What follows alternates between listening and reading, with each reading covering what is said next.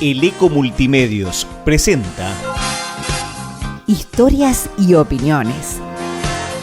Un ciclo de entrevistas con la conducción de Rogelio Adrián Rotonda. Nuestro invitado de hoy, Juan Antonio Salceda. Juan, muchas gracias por venir. Muchas gracias por la invitación.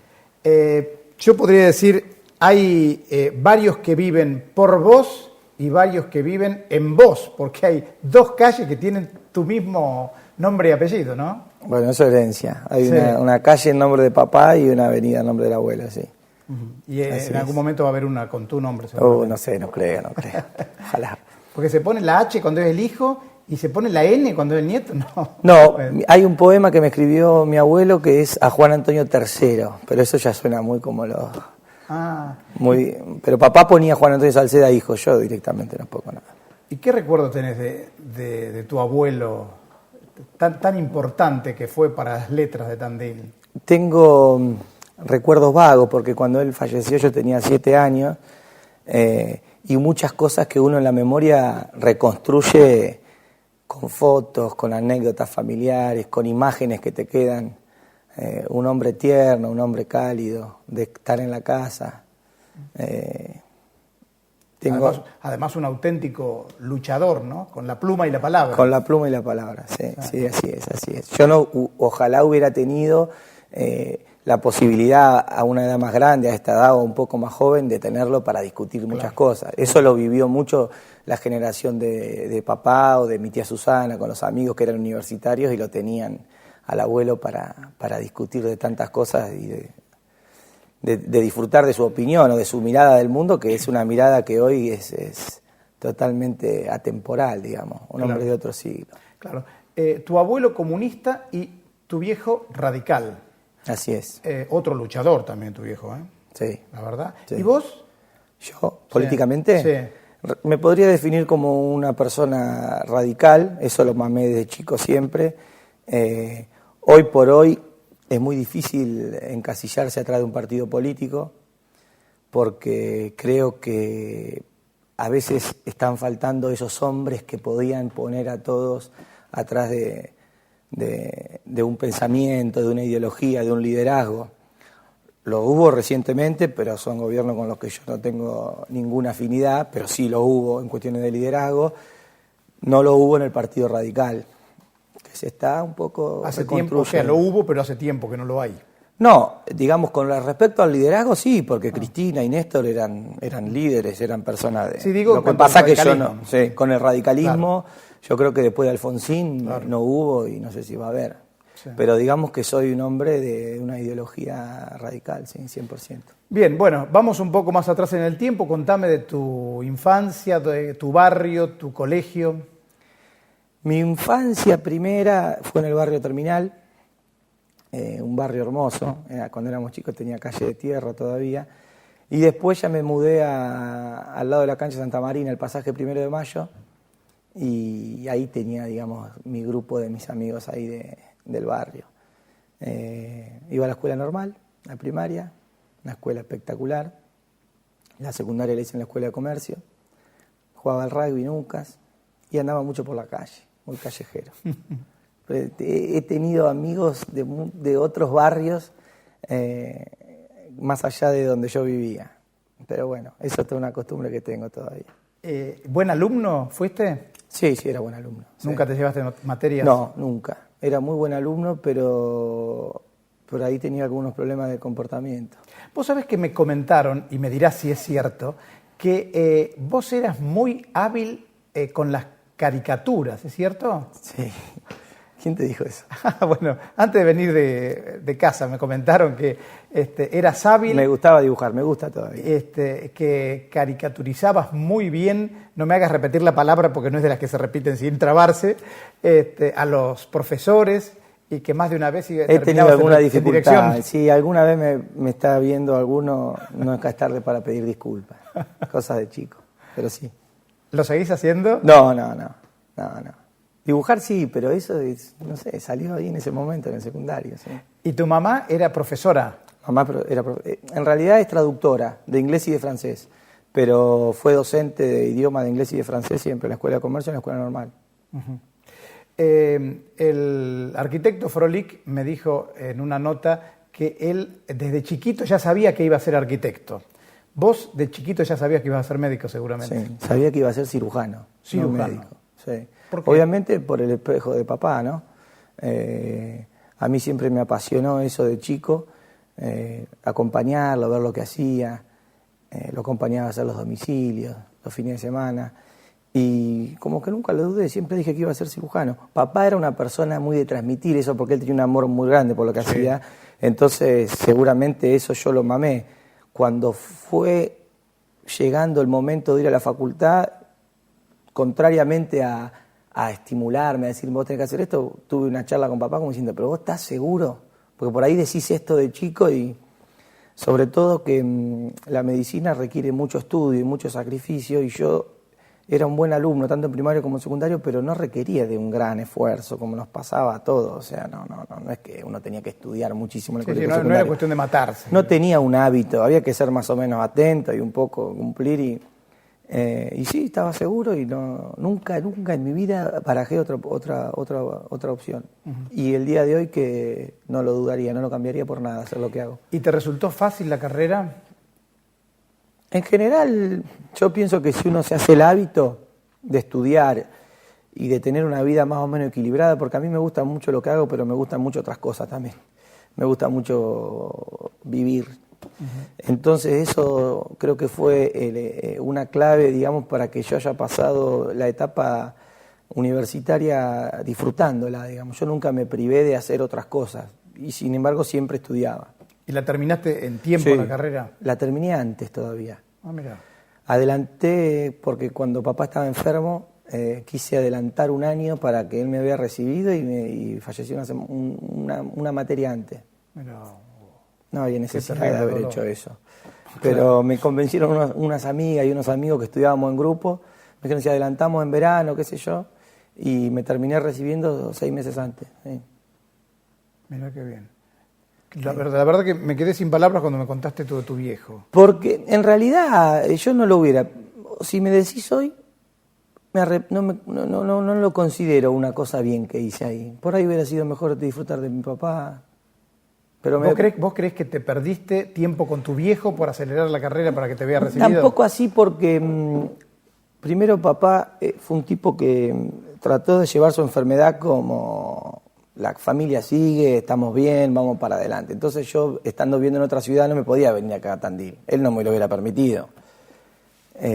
Pero sí traté de acelerar ese proceso porque rendí materias libres y aproveché cursos de verano y eso para algo que en realidad uno después cuando tiene una ausencia, un mes antes, un mes después, que te vea médico o no médico. Él sí, puedo decir que sabía que me faltaba una materia, que digamos, él ya sabía que yo me iba a recibir de médico y que a mí me iba bien en la facultad, pero ese plan de acelerar y de acortar un poco la carrera fue más por unas compañeras mías y unos compañeros que estudiábamos juntos, me dijeron, vamos a hacer esto, ¿no? Y yo dije, bueno, vamos.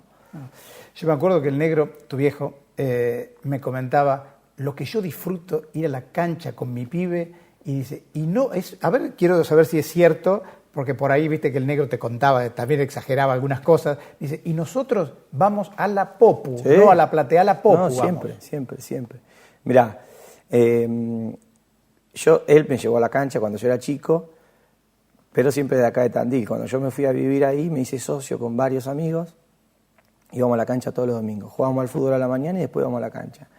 Y éramos una barra como de entre 10 y 15. Y todavía eso, hace poco Juan Cruz Ubeldía me mandó una foto de estando con papá en la cancha. Todavía nos queda ese recuerdo que íbamos siempre a la cancha, íbamos siempre a la Popular y siempre al mismo lugar.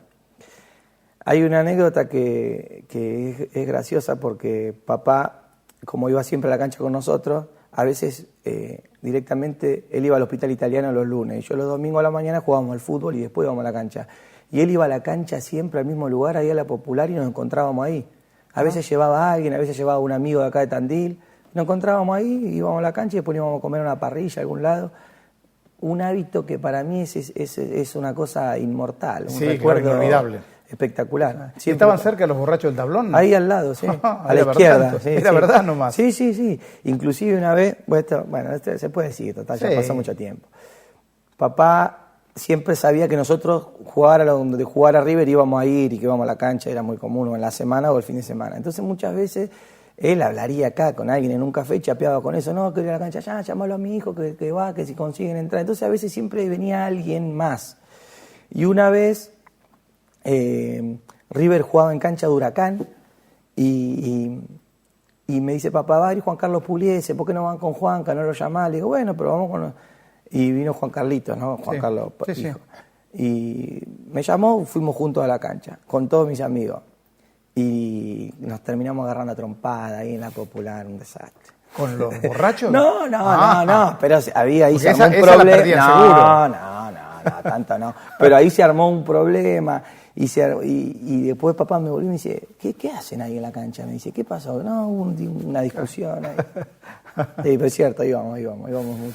Bueno, volvamos a tu carrera. ¿Estudiaste, terminaste rápido? ¿Dónde estudiaste? En la UBA. Yo soy hijo de la educación pública. Sí, por lo que veo. Primario, secundario, universidad, todo, sí. ¿Y a tus hijas también las vas a mandar a la escuela pública? Ay, pero tocaste un punto Qué disyuntiva, ahí. ¿no? Sí. Ahora mi nena más grande tiene 2 años, va al maternal y va a San Ignacio, después de mucha discusión. Claro. La verdad estoy satisfecho con el jardín. A mí yo siempre fui contrario a eso, pero sinceramente la escuela pública no es lo que era antes. Claro, y bueno, todo cambia, bien dicen, Yo paso ¿no? por la puerta de mi colegio, paso por la puerta de la escuela normal y hablo entre cuando hay paro. No. Bueno, seguimos con lo que... Me gustaría mandarlo al sábado cuando pueda. Sí, ¿no? Sí, pero bueno, vamos a ver. Está O bien. me gustaría que se reviertan algunas cosas. Ojalá que así sea. Vamos a lo tuyo. Me decís que estudiaste en la UBA, te recibiste y vos querías ser cirujano, especializarte en algo. Sí, siempre quise ser cirujano, que es lo que hacía papá y que es lo que me gustaba a mí, lo que vi de chico. Yo tuve la suerte de acompañarlo a papá a operar. Era de chico a ver, al sanatorio fue un par de veces a verlo. ¿Entrabas a las operaciones? Sí, me hizo cambiar todo. Yo ¿Y era qué edad chiquito, tenías? Y no sé, tendría 13, 14 años, Ah, para qué ver valiente. cómo era. Sí. Y después, cuando me recibí, hice la residencia en el Hospital Italiano, que ahí me apadrinó un íntimo amigo de papá, que es Eduardo de Santibáñez, y ahí digamos que abracé la especialidad de él, que es la cirugía hepática y el trasplante, que también uno lo mama sin querer, por proximidad, y tampoco me arrepiento, porque es una cosa que me gusta mucho. Pero digamos que lo que yo quería hacer de chico era ser cirujano, no conoce tanto. Claro. Después sí me volqué a la cirugía, a la especialidad que hago hoy, digamos. Claro. Tu padre decía que el doctor Basílico había sido su mentor. Miguel. Miguel Basílico. ¿Y quién fue el tuyo? Digamos que desde elegir y del espejo como profesional, papá, y después Eduardo de Santibáñez, sin ninguna duda. Bueno, Eduardo decía que tu padre había sido su mejor discípulo. No, él dijo acá, Ah. en un homenaje a papá, eso de mí. Papá no fue discípulo de él porque era más grande. De vos, claro, perdón, de vos lo dijo. Papá fue discípulo, digamos, más grande Claro. de Mainetti. Claro, correcto. Papá es egresado de Sí. La Plata, Sí. igual que Eduardo, y fue discípulo de Mainetti.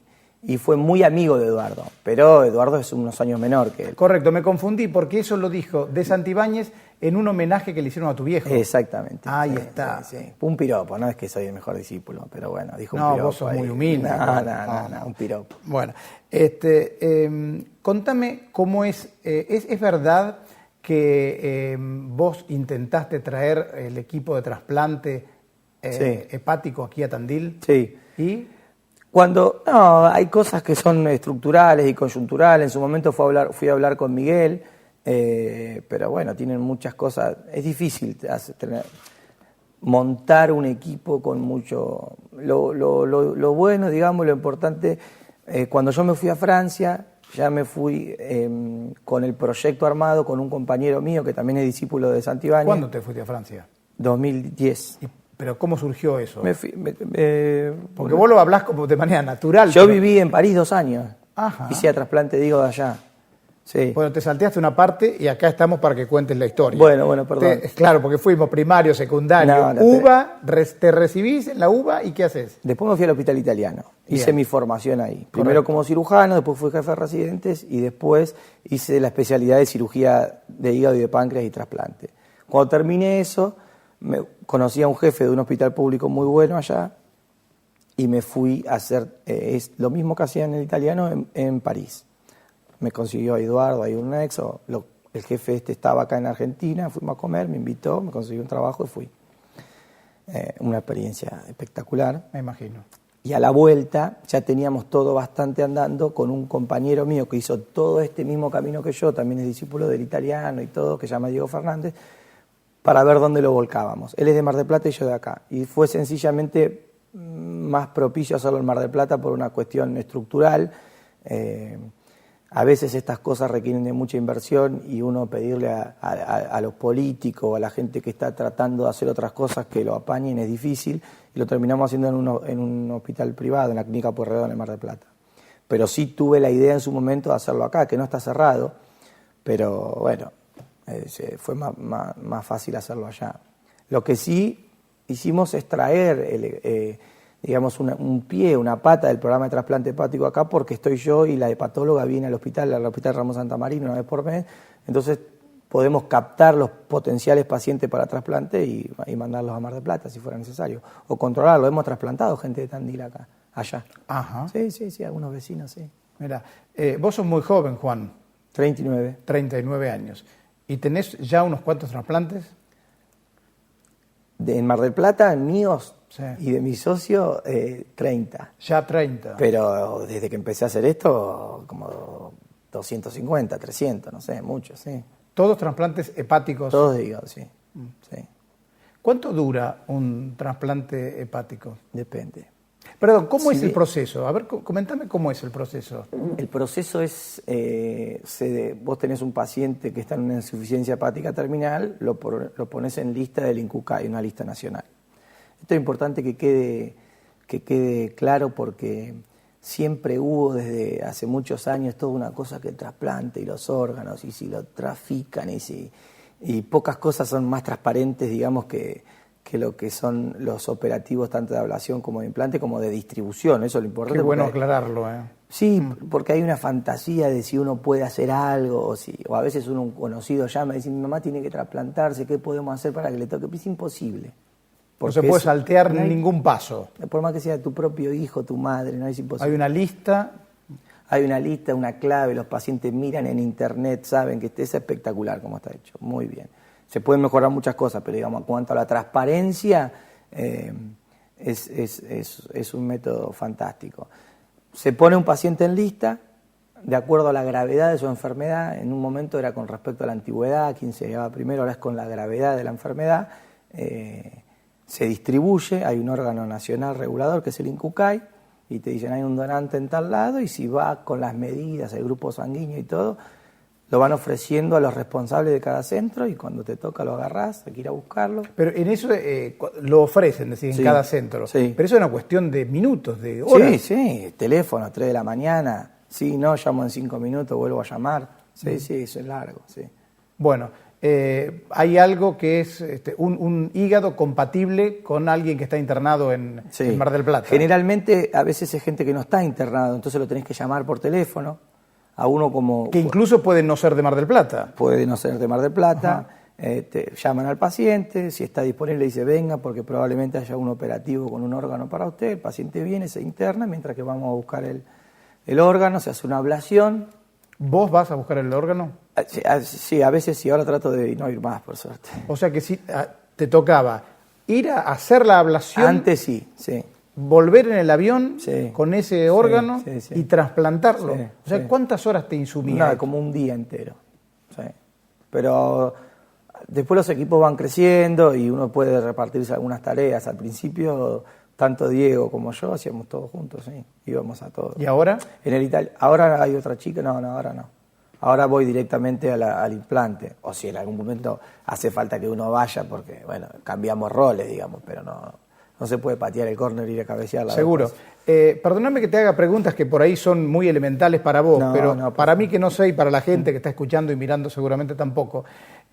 Cuando hay una persona que está en Tandil, por ejemplo, y le avisan que hay un hígado, tiene que salir en una ambulancia para Mar del Plata. O en auto, o en taxi. Si el paciente no está internado, sí. Hay pacientes que están en situación de emergencia, que es lo que a veces uno ve en la televisión, esos están internados, pero pacientes que están, a veces pacientes están en la casa. Bien, van. Y también vos. Claro. Vos también vivís en Tandil, tenés que viajar. Sí. Ajá. Ahora hace 2 días tuve que ir, sí. Y te quedaste. ¿Y cuánto dura una operación? Si bien ¿Hay una media o...? Hay una media que serían 5 o 6 horas. A veces tarda más, a veces viene más fácil y un poco menos, pero 4 o 5 horas es lo mínimo. Sí, es mucho tiempo, sí. Largo. Y vos encima a veces venís de guardias, porque a vos sos como tu viejo, un fan del hospital. Sí, del Hospital Santa Marina, sí, de una. ¿Haces guardias? Hago guardias porque es mi cargo, digamos, tengo un cargo de 36 horas de cirujano y hago 24 horas de guardia y 12 horas de sala, pero me gusta el hospital. Un médico, yo a veces lo comparo con un futbolista, con las concentraciones, con el tiempo que no está en su casa. ¿Vos sufriste eso con tu viejo? Porque un buen médico tiene que dedicarse, lo llaman a cualquier hora. Mira, eso es una buenísima pregunta, porque evidentemente uno cuando hace muchas cosas deja espacios donde está ausente. A mí me preocupa mucho más ahora como padre y como esposo de lo que yo sufrí con papá. Sinceramente, también está en lo que uno transmite. Yo me crié con eso, papá era un tipo apasionado y me parecía que era normal que se vaya a la guardia, que venga, que no sentí la ausencia de él en eso a pesar de que no estaba. Porque me contaba lo que hacía, a mí me interesaba, no es que sentí... Pero sí, evidentemente sí. Papá se fue a hacer cirugía de esófago a Brasil 1 año y la dejó mamá acá con nosotros que éramos chicos. Y si vos me decís yo tengo un recuerdo malo de eso, no. Vos lo tomabas como algo natural. Sí, era el trabajo chico yo, era el trabajo, era una cosa que habrán decidido ellos como pareja y papá se fue. Sí. ¿Tu señora es médica también? Es cirujana también. También. Bueno, o sea, te entiende quizás más ella a vos que lo que podía entender Franca al negro. Sí, entiende bien, sí. No digo que no lo haya entendido ella. No, además trabajamos juntos, nos conocimos juntos. Vos me haces preguntas de trasplante y eso, nosotros empezamos a salir de esos aviones yendo a buscar un hígado para acá, para allá. ¿Ella también tiene la misma especialidad? Ella en su momento estaba haciendo la residencia, ahora hace otra especialidad, pero me ha acompañado y sabe. Y las veces que me ha necesitado en el programa de Mar del Plata me ha ayudado también a ir a buscar algo, sí. ¿Se puede ser un buen médico sin estar dedicado permanentemente a la profesión? O sea, no sé si permanentemente, estar dedicado. Depende de la especialidad. Que te llamen a la 1 de la mañana y estás... Depende de la especialidad, digamos. La especialidad nuestra es bastante, que uno es bastante esclavo en eso, pero hay otras especialidades que los médicos tienen sus horarios, los patólogos, los radiólogos, y son buenísimos. Claro. La gente que hace investigación, pero hay especialidades que son más de la trinchera. Vos sabés que me estoy acordando de una anécdota. Hace muchos años me encontré con el dueño de una concesionaria, inclusive una marca que ya no está, mirá vos acá, Saab, una marca sueca, muy buenos autos. Y el dueño me dice, mucho gusto, yo soy Saba, y uno de los empleados me dice, este es el doctor Julio César Saba, dice, un médico muy afamado en Córdoba. Y bueno, nos quedamos charlando y me dijo, yo me cansé de la profesión, pero no de la profesión en sí, sino de lo que la gente me decía, por favor, salve a mi hijo, por favor, salve a mi papá, y cómo está doctor, y esa demanda permanente. Dice, ahora me dedico a vender autos, y el único problema es, no sé si le voy a gustar a mi mujer, a ver qué el tapizado tiene. Entonces dice, cambió totalmente mi vida. Está bien, sí, depende. ¿Vos sufrís, se sufre eso? No, yo a veces protesto porque uno se encuentra en el ojo de muchas tormentas y de muchas cosas. Hoy los médicos, sobre todo en los hospitales públicos, estamos expuestos a muchas cosas, a cosas que en las que la sociedad se ha ido deteriorando, digamos. No siempre es el altruismo de lo que a uno le encanta hacer y qué sé yo, sino que a veces tiene que lidiar con situaciones que son... Y eso a uno lo cansa también, más allá del cansancio físico, pero a pesar de eso, en la balanza, en mi caso, me da tremendamente positivo. No Bien. lo cambiaría ni por jugar de 10 en el Real Madrid. Qué lindo. Por nada. Ni no en cambiaría. River. No, ni en River. No. Juan, el mundo avanza vertiginosamente. ¿La medicina también? Sí, tremendamente. Ahí donde vos me hacías esa pregunta, si se puede ser un buen médico sin estar... se puede, yo no tengo la receta para decir, no soy quien para decir cuál es la forma de ser un buen médico, no, pero si uno no está abocado a la medicina, primero creo que la sufre, porque es un martirio si uno realmente no le gusta, tiene que dedicarse a muchas cosas, pero por otro lado la medicina te deja atrás. Lo que aprendiste hace 10 años hoy no sirve. Es así. Entonces uno tiene que estar completamente, constantemente formándose, estudiando, yendo, viendo, compartiendo experiencias, porque la medicina avanza tremendamente, tremendamente. ¿Te puedo poner en una encrucijada? Sí. ¿Hay remedios que no se venden porque no se fabrican, porque de ese modo se perderían millones de dólares en enfermedades que siguen sin curarse? No sé, no te podría decir eso, no sé. Son esos mitos. Lo que sí hay, obviamente, es un negocio monstruoso en la industria farmacéutica en el mundo, que para el ciudadano común, para nosotros, ¿no? No solamente que no hace falta que uno sea médico, son difíciles de entender. Drogas que salen, que no salen, que las esperan, que las tienen, que no las tienen, que investigan, que primero la prueban en África y después la largan. O sea, esas cosas existen. Ahora, que haya un remedio que la gente dice es la cura para el cáncer, para el SIDA, esa era la pregunta. Y lo tengan guardado, no creo. No creo porque viendo desde el capitalismo más avaro, el negocio para la industria farmacéutica es vender algo, no venderlo. Sí. O sea, en temas oncológicos la quimioterapia ha avanzado muchísimo. Hoy muchos pacientes que antes estaban considerados no tratables son tratables y van bien y van adelante y se lucha y todo eso. Y hay tratamientos que son carísimos.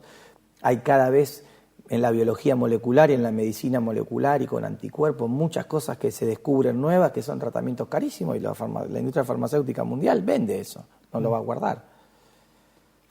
Respondida la pregunta, y esta otra es medio insólita. ¿Hasta qué edad debería vivir el hombre? Qué difícil. Sí, se me ocurrió en este momento. Para vivir bien, yo te podría decir una cosa más filosófica que médica, que es al momento que uno se siente bien, que uno tiene ganas, digamos. Yo tengo una familia, salvo papá pobre, mi familia han sido bastante longevos y mis dos abuelas vivieron mucho, pero mi nona, vi en ella muy de cerca porque vivía en casa una persona que falleció, tenía 95 años, creo, no me acuerdo. Pero hasta los 90 años iba sola a Europa, se tomaba un avión. ¿Hasta los 90 años? Sí, volaba sola, iba, volvía, la esperaba mi tío allá, volvía. Y los últimos años de su vida, que no tenía ninguna enfermedad, era como que se había apagado, como que estaba de más en el mundo. No. Y por suerte tuvo una vida bárbara y falleció sin sufrir ni nada, pero hay un momento, yo creo que cuando uno todavía tiene cosas para vivir y el cuerpo y la cabeza le responden, tiene que seguir para adelante. Debe ser duro cuando la cabeza responde y el cuerpo no. O al revés también. Sí, ¿no? bueno, pero ahí no te das cuenta. Puede ser, sí, puede ser, cualquiera de las dos, pero cuando uno tiene esa felicidad y puede encontrar en el día a día esa cosa que lo mantiene vivo, tiene que vivir. Y nosotros los médicos tenemos que pelear por eso. Seguro. Cuando estás a punto de entrar a una operación, a una intervención, a un trasplante, hay nervios, hay temor, hay incertidumbre. Todo eso. Una mezcla. Sí, y es lógico, es lícito tener miedo. Yo me acuerdo la primera vez que iba a hacer eso solo, un operativo, un trasplante, ir a buscar un hígado, son operaciones muy difíciles, muy complicadas, muy demandantes de concentración y de energía.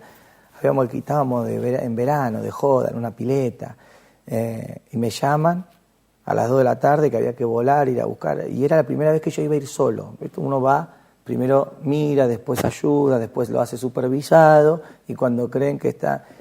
Y yo tenía temor franco, pero sobre todo de hacerlo bien. Claro. Y me llamó al celular Eduardo de Santibáñez y me dice, es lícito tener miedo. Me dice, yo siempre tengo. El que no tiene miedo es un psicópata, alguien que no le importa nada, que no le importa lo que tiene en juego, que no le importa. Es lícito tener miedo, estar alerta, estar preocupado, estar con incertidumbre. Lo que uno no tiene que hacer es paralizarse. Y eso me lo dijo y me quedó grabado. Y después, todo este tiempo después, que uno hace esto con más frecuencia, siempre tiene incertidumbre, temor. No sé, la palabra no es miedo, pero es la angustia de que las cosas salgan bien, de estar capacitado, de estar a la altura, de poder ayudar. Son cosas que no siempre salen bien también, obviamente. Seguro. ¿Y cuál es el momento del cirujano? El momento, para mí, con la versatilidad que tiene nuestra profesión, mi momento es quirófano, es operar. Todo lo demás me gusta, lo hago.